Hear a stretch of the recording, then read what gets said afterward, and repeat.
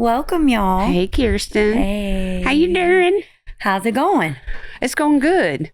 Good. I know we just did listener mailbag. Yeah.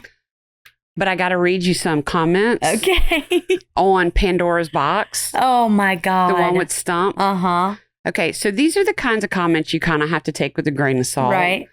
So the first one they posted was, and it looks like this was at midnight. So somebody was maybe they were high. living their best life. I don't know what was going on. Okay, it no wonder y'all have no few y'all talk over each other is one word. No punctuation. Yeah. And I will say to this person, I do notice that when I'm listening back to the episodes, we do talk over each other a lot. So we need to be mindful of that. Okay. Then she said, or he. Same person? Same person. Okay. Maybe they were like, oh, I need to say one more thing. My bad, I forgot. I need to mix it. Because it's 3 comments from the same person. To blame her son, it ridiculous. And then finally, I might have to read this one twice. I don't believe anything her own kids says. There's no reason to kill anyone. Those are his stepkids are in her side. Sorry. What? I know. So I would like to say this person, I mean, I guess since they put it out there in the universe. Yeah. I have no idea how to say it though. It's Iviralissa Rojas 612. Okay. I don't know. But you guys can go on to, and the final comment, the one that was so confusing, there's a note there that it was edited. Oh. So this was their second, possibly third shot at getting the comment. Trying to check again. Yeah. So there it is. If y'all want to go see those comments, you can go to the Pandora's Box episode. Me and Bryce died listening to that one. I mean, rolling, laughing. That was the one with Stumping You. Yeah. And we were already fucked up at that point. Oh, you and Stump? Yeah. Was I fucked up? I probably was. Probably. Okay. Let me take a sippy sip. Do I have everything recording? Is everything pressed? Okay. Let me just double check. Rolling. Everything's going. It's a go, bro. Here's my first sip. All right. Don't get too fucked up. All right. Ugh. Damn. That one slapped you in the face. It was OPP last night and I did not have one drink. Really? Not one drink. Wow. I just didn't feel like having a drink. Something's wrong with me, I think. You've been going though. I have. You've been going and doing a lot. Well, and I did a whole lot of things yesterday and I was just tired. Plus I cooked because Harold had to work late. That's what it was. And that it freaks me out because I'm cooking for a whole bunch of people and I don't cook as good as him. And that's what it was. It was the actual act of having to cook and your man just... It's a chore for me. Yeah. It's not something... It's exhausting. I fucking hate it. They love it though. Oh, yeah. Yeah. Okay, this story starts in 1996, I think. Okay. Let me see. Yes. Pop culture. All right. Independence Day, Twister, Mission Impossible, and Jerry Maguire. I liked Twister. I did too. I'll still watch that one. I will too. Those were the top movies. Okay. And Jerry Maguire is Show Me the Money. Do you remember that? Nope. I never watched saw that. it, but it was like a huge catchphrase after. It's like a baseball movie or like a sex movie? It's not a sex movie. It was definitely about a sport. And Tom Cruise, I think, played like an agent for a sports guy. And he was trying to get him more money to go to whatever team. Oh. I think that's it. I'm sure Rojas will comment on YouTube. Shout out to Rojas. Rojas, what did I say, 612 or something? Should have been 420. Okay. This isn't really pop culture. In 1996, Louisiana had a murder rate of 17.5 per 100,000 people. Okay. Which was the highest in the nation at that time. All right. And they also had a high number of aggravated assaults, property crimes, blah, blah, blah. And that made me curious of what it was. Yep, I was just about to ask you that. Obviously, we're in 2025. They don't have stats yet. Right. I'm assuming because we're so early in 2025, they don't have stats for 2024. I don't know. I couldn't find them. They should. I went to 2023. It's midway 2025. You know how the wheels of the government work. We'll get that shit in about 2027 if we're lucky. Right. When it's too late to do anything about it. So it was 17.5 per 100,000 in 1996. Do you think it went up or down? Up. Me too. 100% thought, but it didn't. 14.5 per 100,000 people was the murder rate. There's less people, huh? More people. Well, I think we would have more people now. Well, we have less murderers then. Yes. Less people. And they're not getting away with it and going serial on it. Not nearly as much, huh? Well, even if they got whether they I guess. There's easier ways to catch them now. So this is just a statistic not involving the criminals, but just the number of murders per 100,000 people. Okay. I get you. Whether it's solved or not. I get you. So it went down. Okay, we are going to go to Pittsburgh, Pennsylvania. Okay. Right outside of Pittsburgh, Pennsylvania is a little town called Monongahela. Monongahela, okay. It's a sleepy, laid-back little town. And in this little town is where Jerry and Sherry became high school sweethearts. Sweet. Jerry Kach was his name. Oh, that's cool. Not spelled like money. No. Kach. Okay. And they got married in 1979. Okay.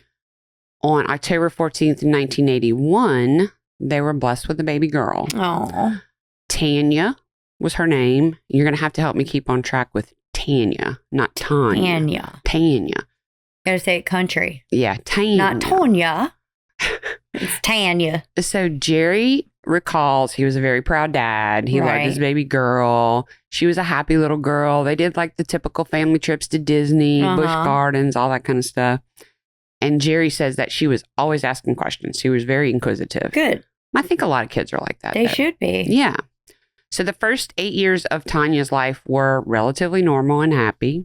Okay. But unfortunately, her mom, Sherry, started having problems. There were times when Sherry would leave the house and leave Tanya alone. Oh. And I think, she's a little bit past 8 maybe at this point. I mean, depending on the scenario, that might be okay. But, where are we at time-wise? Are we still 96? She was born in 1989. Okay. So it would have been like 1990 that she was leaving her at home. Yeah, I feel like. Well, Jerry wasn't having any part of it. Yeah, well, I guess not. He was. They argued. He and Sherry argued a lot, and it was mainly because of the way Sherry was behaving. Right. And like her just leaving Tanya by herself. Yeah, there has to be some sort of damn discussion. Well, then it moved to Tanya's mom started abusing her. Now, I know it was physical because I read that part, but I feel like it was maybe mental too, but I'm not sure about that. A lot of those mother-daughter, if it is physical, more than likely started or is. I was going to say verbal. It probably started mentally, you know, but at one point Sherry pulled a knife on Tanya. What? Yeah. All Jerry right. called the popo. Sherry, come on, girl. Listen, girl, they make medication. Something. So Tanya was around 11 or 12 when Jerry decided enough is enough. Okay. He went through the court system and had Sherry physically removed from the home. Oh, wow. Can you imagine how hard that would be? Yeah. Back then, especially because they're high school sweethearts. Like, well, and this is the 90s. We've been together forever. Mm-hmm. And now you done tripped off your damn rocker. Right. So, once Sherry was removed from the home, and I'm thinking, like, how bad was it if the mom got removed physically from the home? She must have, I mean, it must have been bad, but visible enough for them to say, hey, okay, this is really what's going on. Yeah.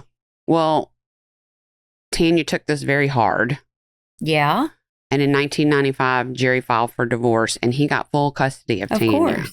And at that point, Tanya was 13 years old. And you got to remember, in those verbal abusive relationships, you don't realize that that's what's going on. Like, that's all you know. You mean as a kid? Yeah. Yeah. That's all you know. So I totally get it. You don't understand what a mom who loves a kid looks like, because that's what you've lived with. And you were homeschooled, so you had a different set of things to look at of what the quote unquote norm is. And in my case, I went to public school and all that, and I just thought everybody got their ass whipped at home. Like, I didn't. Right. That was your normal. That was just the way it was. Yeah. You didn't tell your teacher. Hell You no. didn't, you know. Because what are they going to do at that point, you know? If you tell your teacher, then you're going to get beat You better be ready to have the brakes home. beat off of you. Fuck. Yep. The brakes, is that what you said? Yeah. I tell my kids that all the time. I'm going to beat the brakes off of you. So time passed. Now, she was 13 when the divorce happened. Time passed. Jerry met someone new through an online dating service. Oh. Her name was Joanne. Okay. After dating for about 6 months, Jerry decided to move in with Joanne. Of course, that means Tanya would go. Joanne lived in another town called McKeesport. All right. And it was about 30 minutes away from where Jerry and Tanya lived. Okay. And so they moved to McKeesport to live with Joanne. And of course, Tanya had to go to a new school. Yeah, that's a lot. Cornell Middle School. Okay. She's 13. Yeah, so that's huge. she has no friends. Yeah, She has there's no cell phones. Right. Obviously, she can't even keep in touch with her Right. old friends. And at 13, that's a hard time in your life anyway, without having all this disruption. Right. So, but I feel like Jerry felt like he was doing the right thing. Getting her a fresh start, getting her away from, all the people that know what's what. And Joanne was good, yeah. But I kind of also feel like maybe it was too soon. It's very soon. I don't know. Anyway. It's very soon. So they moved in with Joanne August 1995. So we haven't got to the 1996 where the story starts. But when they moved in with Joanne, she was like, everything was fine at first. Do we know if Joanne had kids? I don't know, but I didn't get the impression because they never came up in the story. Okay. Maybe she did, and she just decided to keep them out of this. But because they weren't really involved. Right. But I feel like no. Because I feel like if they would have moved in with her and she's a nice person and a good person, if she had kids, they would have been with her. Right. So, well, yeah. They never mentioned anything else about like a blended family. Okay. So the town that they came from, Monongahela, I told you was sweet, cute little town, blah, blah, blah. Well, McKeesport, exact opposite. Really? Fucking crime. Bergentown. It was what? Bergentown. Bergentown? What's that? From Trolls. Oh, don't know the movie. That's way past my time of having children. It's basically grunge and... that's what this is. Like, different class of people. Yes. Like, poverty. Yes. So, not a good area. Right. She was in a totally different environment. Mm-hmm. So, everyone at her new school bullied her because she was the new kid. Oh, my God. She hated it there. And yeah, she was she was afraid. I bet. But girl, tell me we all didn't get bullied. Toughen up. Toughen up, sister. I'm not blaming anybody for anything. No. I'm just saying what it was like when we were kids. So Tanya ended up getting into a fight at school, got suspended. What? Yes. They grounded her, Jerry and Joanne, and they took away her phone privileges. I guess her house phone, her landline. Yeah, probably. You get to talk to no one. At my house, when I was a kid, if I was on the phone for more than 5 minutes, my dad would pick up the other phone somewhere in the house and say, "That's long enough. You need to get off the phone." Absolutely, yeah. 5 minutes. He didn't. No, it probably wasn't even that. Sometimes he did not want me talking to other people, not hearing what's going on in the house. Exactly. Yep. That was the narcissist in him. Yeah, he had to keep everything fucking quiet. Yep. Yeah. So, okay, she got in a fight, got suspended, got grounded, and this was the tipping point. After that, she kind of like spiraled out of control. Yeah, y'all put her into that type of environment where it's like eat or be eaten. So that's where she goes. Well, they said that in the documentary, they were like, she didn't like any type of authority and discipline. Oh. What teenager likes authority and discipline? None of them. None. So Jerry was, of course, attributing Tanya's behavior to the divorce. Right. And he could tell she was struggling. He would try to talk to her. She would not say a word. And when I say not even good morning at breakfast, like total silent treatment from her. She would not talk to him. Well, her mom got removed from the house. They got divorced. They moved. She's at a new school. She's in fucking middle school. She got into a fight. She got grounded. Like everything. I'd be pissed too. All the things. Mad as fuck. So, yeah, I feel like next step. At 13? Yeah. Drugs. Yeah. Yeah. Okay, now we're going to get into the actual story. Okay. On the morning of February 10th, 1996, okay, they wake up like normal. Okay.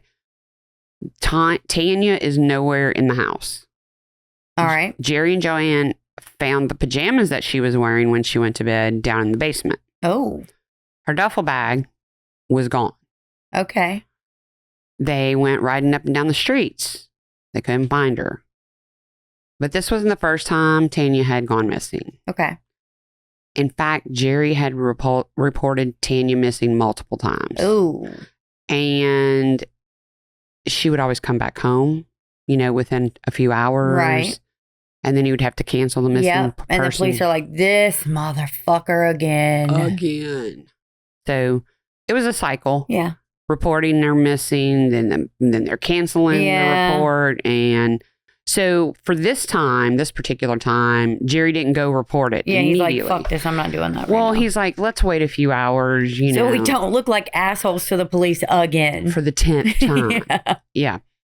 So she didn't come back home. And after 4 days, he was seriously concerned. And 4 days? finally filed the missing persons report. 4 days. On February 14th, Valentine's Day, 1996. Oh, shit. Yeah. At that point, he felt like Tanya had to be in trouble. Like, she would have come home normally. Yes. Yeah. Yeah. So even when he went after 4 days and filed, the police are still kind of like, like, hey, it's been 4 days. Wait, is he just telling us that it's been 4 days? This motherfucker comes in here all the time reporting some dumb shit. So Tanya's grandmother called Jerry. Okay. It's Jerry's mom. Okay. And told him that she found a phone number that Tanya had written down at her house. Okay. So Grandmama called the number. Oh. And a woman answered, and that woman's name was Judy Sokol. Sokol. Yeah. Okay. Judy. So Jerry immediately took this information about Judy to the police. Poor Judy. I know. Judy's getting all tangled up in some dumb shit. Well, the investigators go over to her house. Here she getting tangled up in some dumb shit. They knock on the door. Hey, do you know anyone named Tanya Kach? And she's like, well, I remember a few months back. It was it was like December. She came over because like Judy's house is a place where like troubled kids hang out, runaway kids. Who wants that? I don't know, but I feel like over my lifetime, I've met a couple people like that where like all the troubled children wind up. Unless you're like untroubling them, like I wouldn't want all that shit at my house. Well, like Judy said, when Tanya came over, she didn't have a jacket. It was December. So Judy was like telling the police, I gave her a jacket. That's it. And that's the last time I saw her. Like she hasn't come back over since. Yeah. All right. Days passed. Weeks passed. Oh, wow. Okay. Jerry and Joanne, they're always riding around town, looking for Tanya. And they decide to start digging in her bedroom to see if they can find her. Just now? That's when y'all decided just now to start? Thank you. That would have been the first fucking thing. I would have ransacked that bitch. No shit. So they found a note that had been written to Tanya, and it indicated there was a sexual relationship going on. She's 14. From the noter. From whoever wrote the note. Right. And it talked about oral sex. Oh, God. They could determine that this was a male that wrote this, not a female. Probably because it had the word dick or penis in it. Or balls or something. Yeah. There was no name signed to it. But Jerry and Joanne had an idea who might have written it. They had a neighbor down the street named Kevin Churchfield who asked Tanya to start babysitting for him. Ew.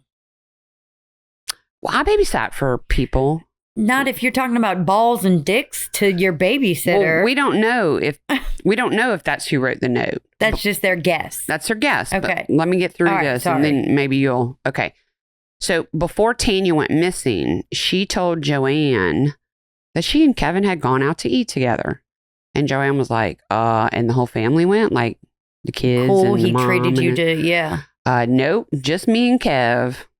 And my dog. Joanne was like, you do not need to be going out to eat with harlot. a grown man. Yeah. Yeah. I mean, I don't feel like she was blaming her. She was just like, no, don't This is inappropriate. I realize that nobody probably ever told you this because your mom's a cuckoo. Right. So this is inappropriate. Jerry, of course, when he and Joanne found the note, he went to the police to tell them, and he told them about Kevin Churchfield.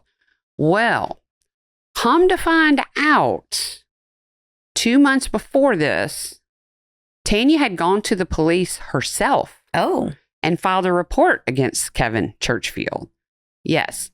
The report she filed it said that every time, and it looked like it was handwritten by her. Uh-huh.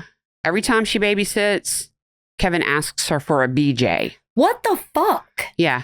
He also fondled her one time. He made her touch his penis. Why did the parents not know about this? The next sentence I wrote was, the police did not tell Jerry. What the fuck? I don't know.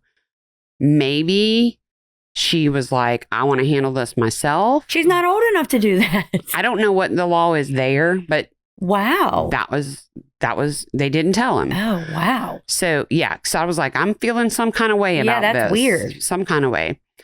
Okay. Not only did Tanya tell the police about Kevin, but she told the security officer at her middle school about Kevin. So she was trying to reach out for help. I put smart girl. Yeah.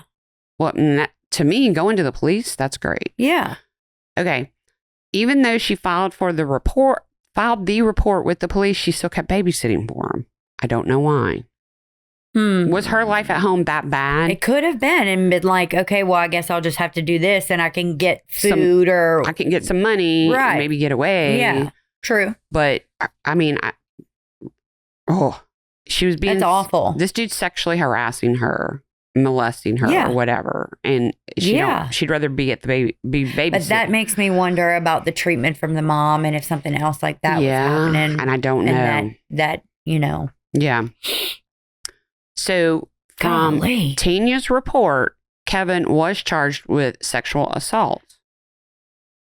However, in McKee's sport, both parties have to show up in court for the case to move forward, being Tanya and Kevin. Right.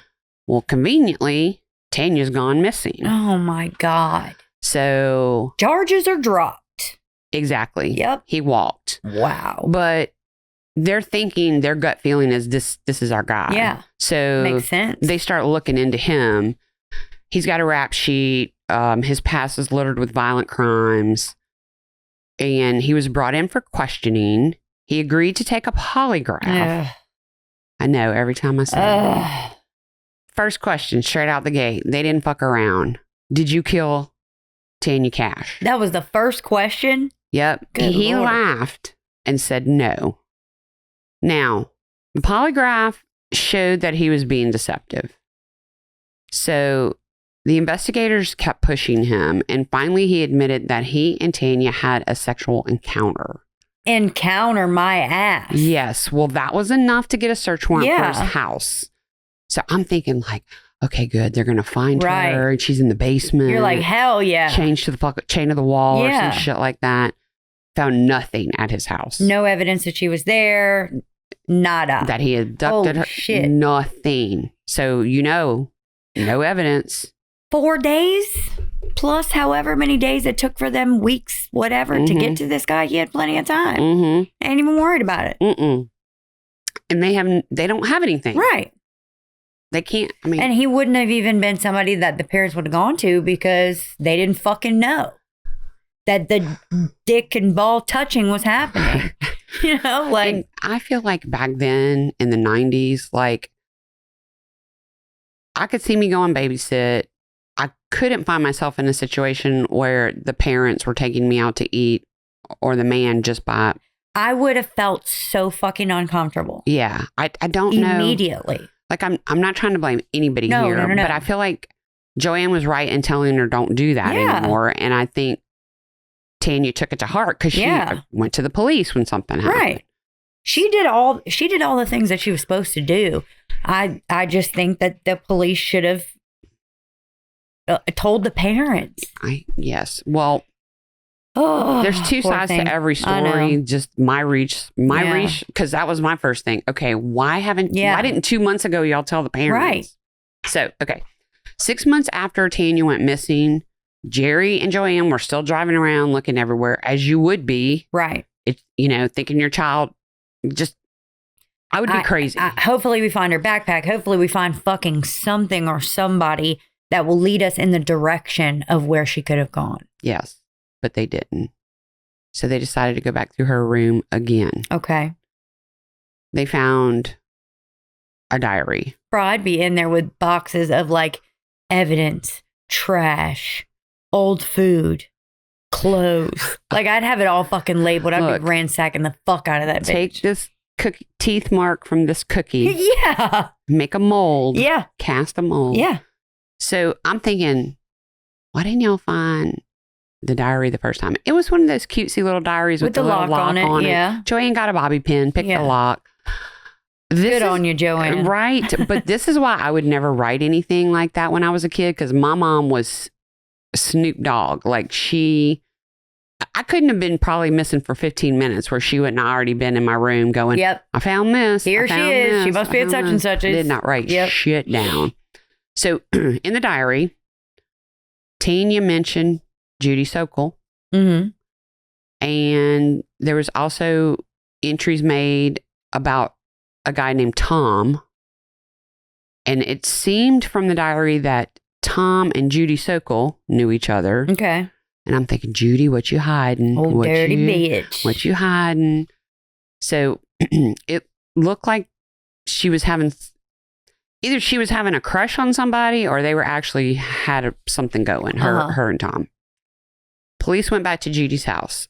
They're like, hey, do you know anyone named Tom? She's probably like, these police come up here with these random kids. I don't even know half their fucking names around my house. She goes, yeah. Good.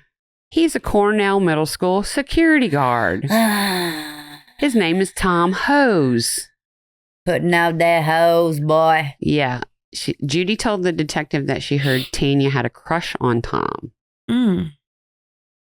She's still 14 years old in this part of the story. He's 38. I feel like girls tend to have crushes on older men, and like that's all fine and innocent until the adults in the party's like, hey, this ain't it. Right. No, I'm an adult. Rationality says let's talk about old Tom boy. Tommy boy. He lived with his parents. Of course. He was head of security at Cornell Middle School. When the investigators went to Tom's house, they were like, do you know anything about Tanya Kach disappearing? He's like, no, I'm surprised that she hasn't been found yet. And they were like, hey, did you ever get any love notes from Tanya? He goes, as a matter of fact, I did. And I immediately took it to the school principal. So the investigators are like, can we come in and look around? And he goes, well, my elderly parents are asleep. I think I know this. I think. No. Shit. I think it all just clicked. You're checking out now. Yep. And they're like, okay, no big deal. Right. All right, whatever. So they went to the school after that, and like the principal's like, yeah, he got a note from her. He gave it to us. Good. So they have, rightfully so. They have no evidence to do anything with this guy. 2 years went by. Right. Now, Jerry says he basically had zero contact with the police these 2 years. How? If my kid were missing... Oh, I'd be there every second. Every day. I would be sleeping outside, bro. Every squeaky wheel gets the grease. Y'all. Hey, y'all found anything? Y'all found anything? We need to get Jerry off our backs, y'all. Yeah. We need to at least call him every day and tell him we didn't find nothing out today. Shoot him a fucking email. Yeah. Hey, we're still looking. Jesus. Okay. July 6, 1998. Okay. My birthday, July 6th. There you go. 2.5 years after Tanya went missing. Right. Just a mile from Tanya's home, a body was discovered in the cemetery. It was the body of a girl who was about Tanya's age and height, same hair color. Right. Through dental records, the body was discovered or identified as 14-year-old Kimberly Krim. Okay. Not Tanya. Right. But it was decomposed so badly that they couldn't tell. They thought it might have, could have, would have been. Could have been Tanya. Yeah, but it wasn't. But there didn't seem to be any signs of sexual assault. But due to the decomp, the coroner really couldn't determine the cause of death. I mean, it's hard when. Yeah. So the police are now looking into Kimberly Crim's death. Right. And they came across something very interesting. Back in 1995, now this is 1998. Right. Back in 1995, there had been another girl found. She had died in the town. She was 16-year-old Anna Callahan. Uh-huh. Her body was found at the river. She had an extension cord around her neck and her wrists were bound with duct tape. They did find DNA, but there was no matches in the system. So Tanya Kach, Kimberly Crim, and Anna Callahan all went to Cornell Middle School. Right. And they're between the ages of 14 and 16. Right. And they're all labeled as troubled teens. So the police were starting to think, well, maybe we have a serial killer. Yeah. Okay. In McKeesport. Right. So they still don't have anything on Tanya, but because these the other girls are coming up, it's starting to gain traction. Yes. There. And since her body hasn't been found, the police turned to the National Center for Missing and Exploited Children for their help. They age progressed Tanya. I don't like those. It's so crazy that they can do that. Whether you like it or not, they did it to her. It's crazy. And they put posters up all over the United States. Right. Tanya's image appeared on over 400 million milk cartons. Oh, holy shit. Do you remember back when they had kids on milk cartons? Way before your time, huh? We had the jug. There were 7 of us. Oh, yeah. Ain't no cartons would have lasted 5 minutes. So nothing came of the posters or the milk cartons. I almost said jugs. On March 21st, 2006. Oh, my God. That's a jump. 10 Yeah. years. The police received a call that no one could have predicted. Mm-hmm. A man informed the police that Tanya Kach was being held in a house on Soul Street. Yep. Do you want to know who lived there? Jerry. Not Jerry. Is it Jerry? No. Jerry's her dad. Tom? Tom Hose. Tommy boy. Old security guard. Yeah. The police went over to Tom's house and knocked on the door. Tanya opened the door and answered. And the detective asked, "Are you Tanya Nicole Kach?" She said yes and fell into his arms, sobbing. And old Tom's back there like, "What's going on?" And she looked at him and said, "It's over." Good girl. It's over. Thank God. So they whisk her away. How old is she at this point? So she went missing when she was 14, so she's 24. God damn. Yeah. But she don't know no better. She don't know anything else. This has been her life for 10 years. Imagine yourself frozen at your 14-year-old self. Education-wise, maturity-wise, everything. And we'll get into what actually happened to her. But just imagine yourself frozen at that age. And you are literally in this house, probably in the same room for all this fucking time. Mm-hmm. So police called Jerry, told him Tanya was sitting in the station. He thought it was a fucking prank. Oh, I'm sure. He's like, "Oh, no way." He runs up there. It's her. They're hugging. They're crying. Everything's like, he's like, happiest day of my life. Yeah. And Tanya went home with Jerry and Joanne that day. Good. So the following day is when Tanya gave the full story of what happened to her. So that's what I'm going to tell you next, her version of the story. Golly. Tanya first met Tom at her middle school. We know that. Right. He saw that Tanya was new. He made her feel comfortable. Oh. Yeah. As time went on, they talked, they laughed. Tanya felt happy around Tom. She felt like he really cared about her. Sometimes he would get her out of class so they could just talk and hang out. It's so weird. She felt special. I bet. One time, Tanya skipped class and Tom caught her and he told her he wasn't going to punish her. And then he leaned in and kissed her. That was the first time that he kissed her. That's when it all went down. Tom would tell Tanya things like, "I'm always going to love you and you should leave your family and come be with me forever." He said he could take better care of her than her own parents. And I feel this in my heart. Like that would worry the fuck out of me for my kid. Grooming. He was like, that is scary as fuck. Mm-hmm. I think you have to couple this with the fact. All the things that she went through. Yes. Yeah. And that she was severely unhappy at home. And vulnerable. And yeah. Because scary.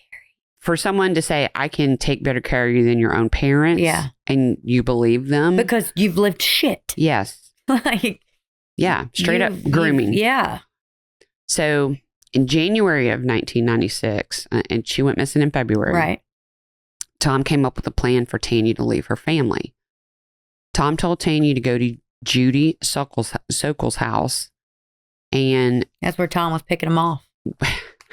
After she left her house that night, Tanya went to Judy's. Judy told Tanya that she wanted to give her a makeover. What? Bitch dyed her hair. Yeah. She was all in on the plan. 100%. All in.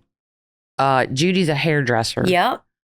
So while Tanya stayed with Judy, Tom would come like every morning and visit, every day after work and visit. Like he was always there every free minute. Oh my God. Tanya said like the first few weeks were just fine. There were no problems. But after the first month, Tom got Tanya really drunk one night and he took her virginity. Yeah. He raped her. She worded it as she lost her virginity to Tom. And I was like, girl, he raped you. Yeah, he definitely raped you. He raped you. And if he had to get you fucked up to have sex with you, that's a problem. Yeah. So again, Tom had spent these last few weeks where she was away from her family at Judy's house grooming her. Right. Nobody loves you. If you go home, your parents will be furious. You'll get in so much trouble. I'm the better option. Just come stay with me. I'll take care of you. And at some point, Judy was like, okay, done. You got to get her out of here. Yeah, I've had enough. How about you have enough from day one, Judy? How about you don't get involved, Judy? How about no, day one, he brought her there or whatever. You go tell the police. How about it? How about that? You're so concerned about all the troubled teens. And here you are facilitating that shit. So when Judy was like, you got to get her out, Tom took her to his house. Right. But she says, till this day, she went of her own free will with him. Well, of course. To the house. Yeah. It's been fine and great. And yeah, she's not having to deal with her family or her parents or whatever. Like, of course. So Tom snuck Tanya into his room. Remember his elderly parents lived there. He told her she couldn't make a sound. She was locked in his bedroom all day, all night. I'm sorry, this bitch would make all the sounds. Every day. I wouldn't be able to be quiet. She went to the bathroom in a bucket. Ugh. Tom told Tanya if his parents found her, he would smother her in her sleep. Then he would throw her in the river. She believed everything he said. I'm sure. Yeah. Tanya said piece of shit. She was raped every single day, multiple times like a day. Clockwork, probably. After a couple years, she's like, I'm done. I have to leave. I have to leave. But Tom told her he would kill her and her family. Right. And so she believed him. So, remember Kimberly Crim's body from the cemetery? Right. Funny thing is, you could look out of Tom's bedroom window and see that cemetery. I feel like he had to have something to do with that. I don't know. Did they not determine because they didn't have anything? And Tanya, she was like, I don't know if he did anything or not to any other girl. Because they all went missing after her. No, the first girl was before her in 1995. And then the Kimberly Crim. Before. Yeah. So I don't know. Maybe that. But like, why would he kill these other girls and not her? I don't know. Because maybe the other girls fought back. Maybe the other girls were like, I'm not. Maybe so. I'm going to tell. In March 2000. Okay.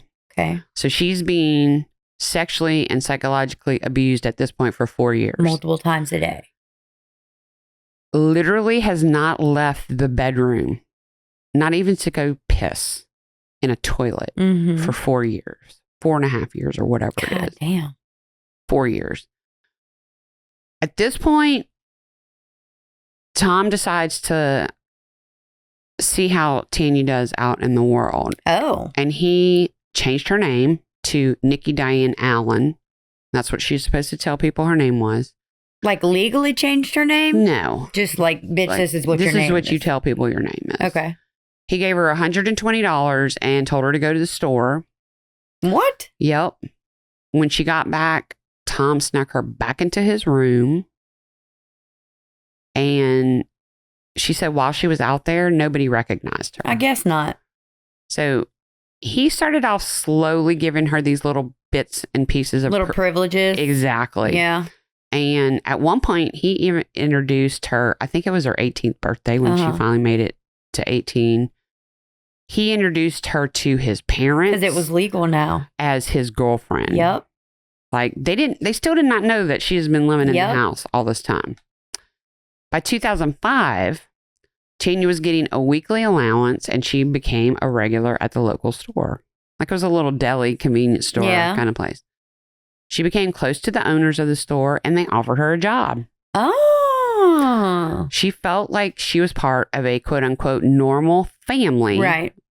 She got to know the owners, their kids. She saw how this quote unquote normal family functioned in society.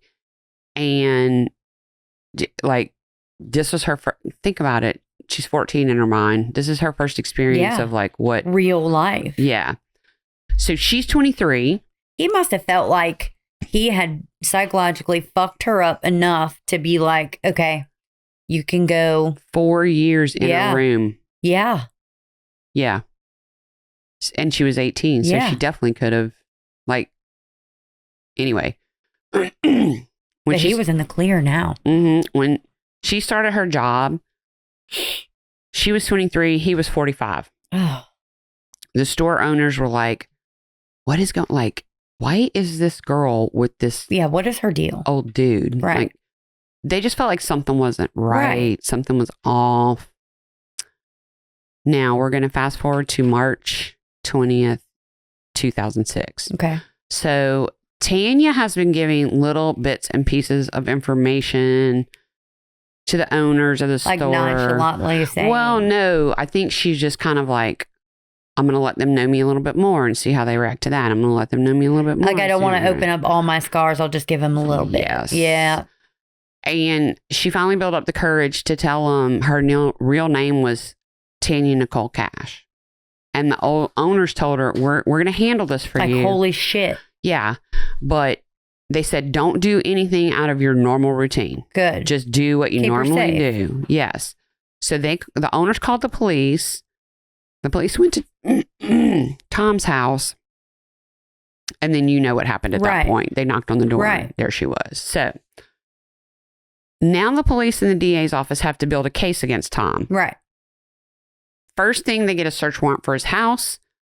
This is insane to me. They found 31, what they call date books. It looked like little calendar books, you know. The books kept track of everything. He wrote down every time he raped her. He wrote it or she wrote it? Well, he made her write it. Okay. So like a time log, basically. Yeah. And what they did. Like if they had oral sex, she had to write a certain symbol for that. If they had, you know, regular sex, she had to write a certain symbol for that. It was every single, like everything was color coded. And I was like, why? Why did he do that? Because I feel like that's so much evidence against. He didn't think he was going to get caught. He wanted to brag to his friends about it. Yep. What a piece of shit. So the date books apparently were enough to arrest both Tom Hose and Judy Sokol. Good. Judy pled no contest to a statutory sexual assault, interference with the custody of a minor, and several other charges. Right. The judge sentenced her to 6 to 23 months in jail. That's it. That's it. Damn. I don't know how long of that time she served. Yeah. I searched, scoured, could not find it. Isn't that annoying when you can't find that one thing where you're like, oh. Could not find it. Yeah. But I mean, at the most, 23 months. Yeah. Like that's fucking nothing. But I did find her obituary. Oh. And I think it's hers. Believe it or not, there are quite a few Judy Sokols out there. Okay. But she died in 2018. So. Well, of course, the obituary is not going to say what happened. No.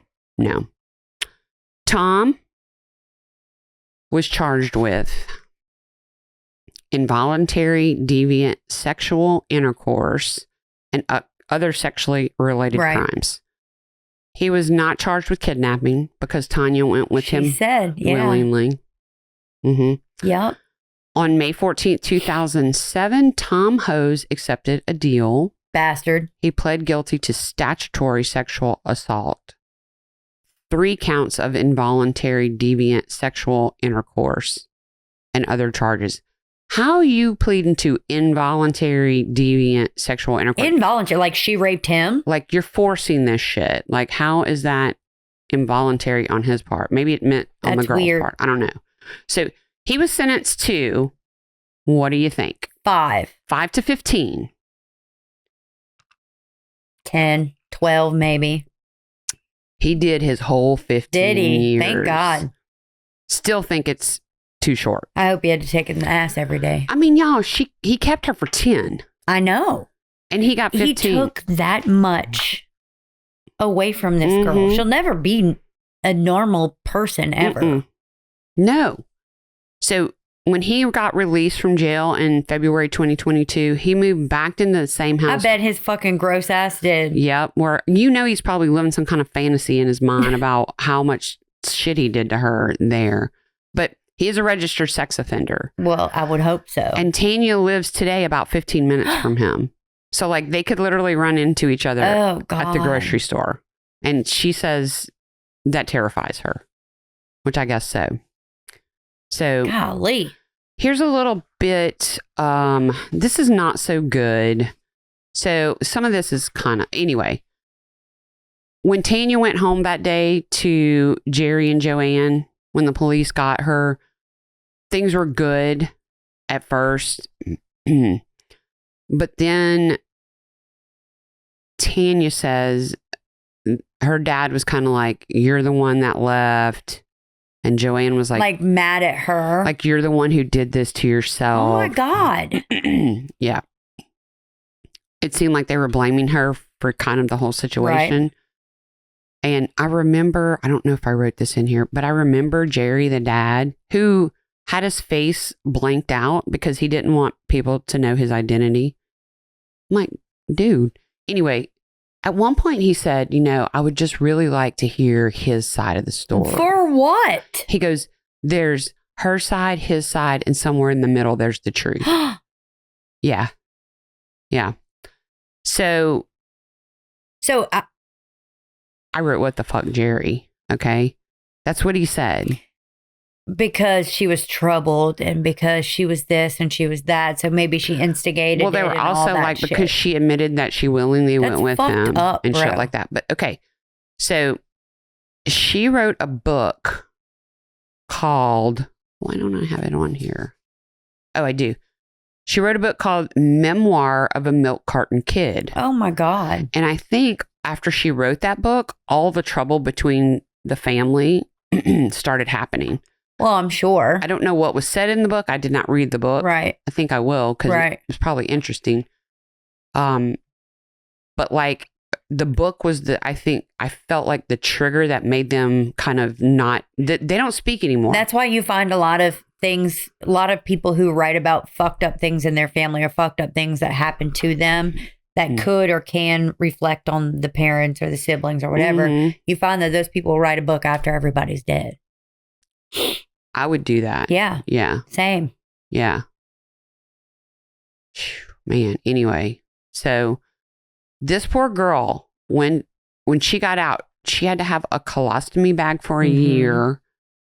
She had to have a hysterectomy due to all the sexual abuse.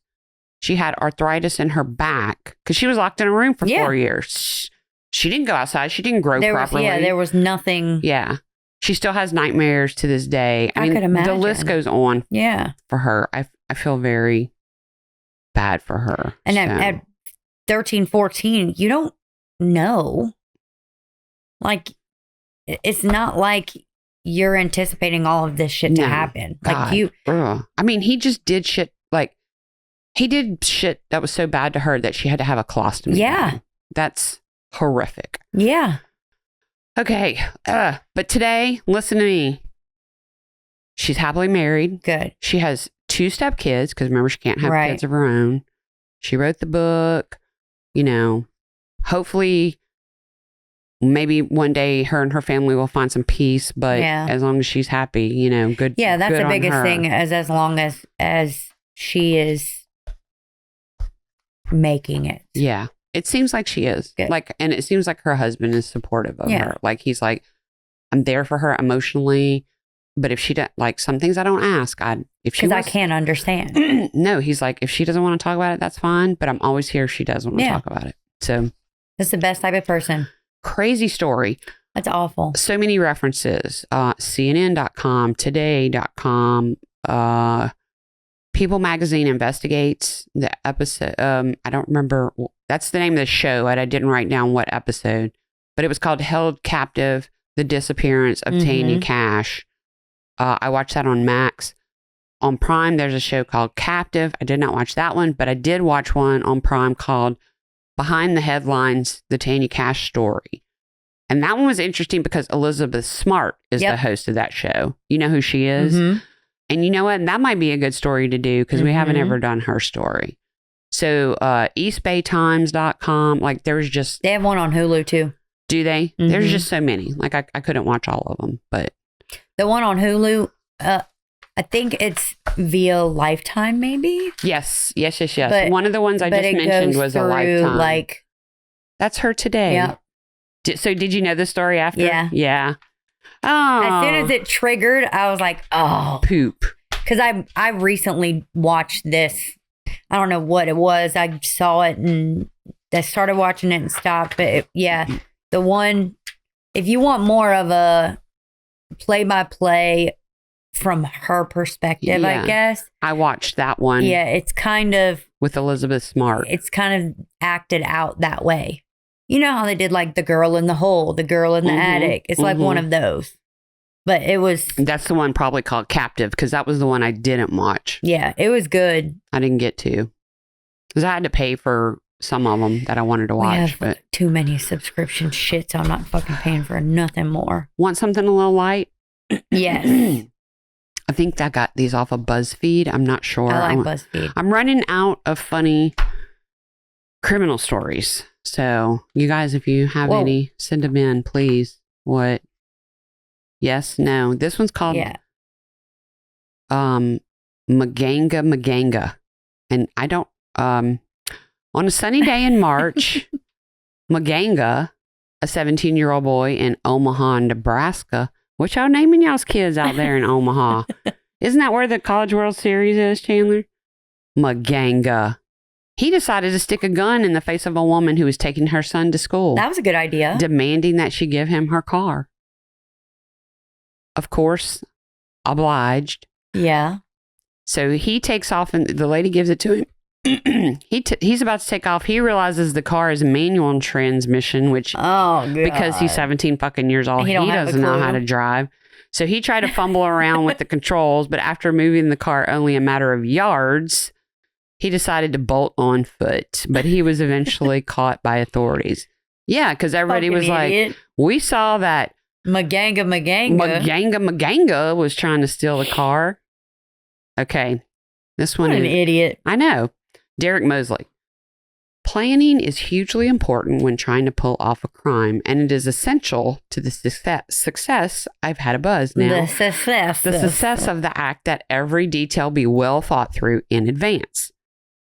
But Derek Mosley didn't place very high importance on these things before he decided to rob a gun store, armed only with a baseball bat. Fucking idiot.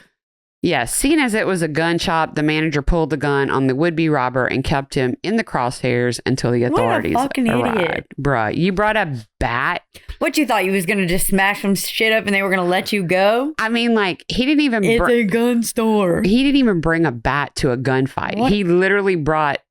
a bat to a gun store. To a war. Yeah. All right, what bitches. A fucking idiot. I got my bat. Okay, let's see.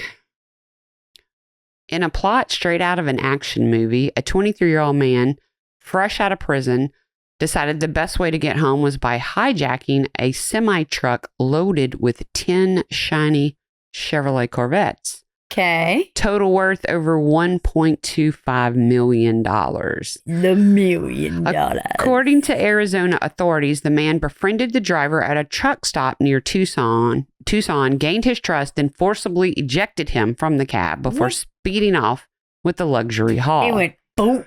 Yep. When deputies caught up, the man ignored the lights and sirens, driving so recklessly that other vehicles had to pull over. Eventually, he stopped and was arrested on multiple felony charges, including robbery and theft of 11 vehicles. The truck was one, the Corvettes. The rest. Yeah. Thankfully, the Corvettes were unharmed and safely returned to their rightful owner. Oh, thank God. Yes. Okay, this is the last one. Portland police got more than they bargained for during a routine traffic stop Tuesday night, uncovering a stolen car, cash, a loaded revolver, and a bag boldly labeled, "Definitely not a bag full of drugs," which, of course, was full of drugs. Yep. Inside the bag, the officers found fentanyl and meth. Nice. Totaling over 10 grams. Holy shit. Is that a lot? I don't fucking know. It's a decent amount. He got a bunch of charges. He caught a charge. He caught 2 charges. Fucking definitely not a bag of drugs. I love the ones where they pull them over and they've got those little pouches, little cutesy pouches that say drugs on them. They open them. It's like got a meth pipe, fucking crack cocaine, like all kind of shit that they pull out of a bag that's like this big. It looks like Mary Poppins. It's just like pulling shit out of that bitch. Clowns getting out of a tiny car. Just fucking pulling one of those. Yeah, that's what it looks like. And it's like this fucking big. Thing of handkerchiefs. Just jam that shit in there. Okay, so I'm sorry you already knew that story. That is fine. How was my telling of the story? It was glorious. Thank you. It was very good. So much. Chandler, thank you for camera switching. Hopefully you'll participate with us in the next episode. Yes. And thank you for being here. Of course. You are delightful as always. Thank you, ma'am. And you people out there, I can't say enough about how much you've been writing to us. Love it. We do. And please go to YouTube and subscribe. Mm-hmm. And feel free to comment on any comments that you feel are wrong. We enjoy the comments. We do. Like, I don't take it personal because I don't know the person making the comment. So if they want to. And sometimes even if it's meant to be like, it's like, oh, yeah. Yeah. Okay. Like I said, cool. like, I know we Appreciate talk over each other. We do need to calm down with that a little bit. Especially if it's me and Stump. If it's anybody in Stump. Like he's, I love him so much. Stump's in his own world every time. He, like, basically, if you're on a show with Stump, you have to wait for him to stop talking before you can have a turn. Which is not very often. No. All right, go to YouTube, subscribe, go to Facebook. We have 2 pages. We have a group that you can join. The Grits group, Family, Friends, and Fans, the Effers. Mm-hmm. We also have a Grits with Side of Murder page. We have a website. We've had a couple of orders lately on the website. Yes. Thank you for ordering shirts and hoodies and such. Yeah. So little by little. Yep. I know y'all are doing all the work out there. Y'all are getting the word around. So we love y'all. Did I miss anything? No. I didn't hear Patreon. Oh, yes. If you would like to give us some of that cash, make it rain. Make it rain on these hoes. Yes, make it rain on these hoes. Patreon, Patreon/grits. Down, did I get everything? You got it. All right, we love y'all. Tell your mom and him to listen. We're going to let Zydeco Mike take us out.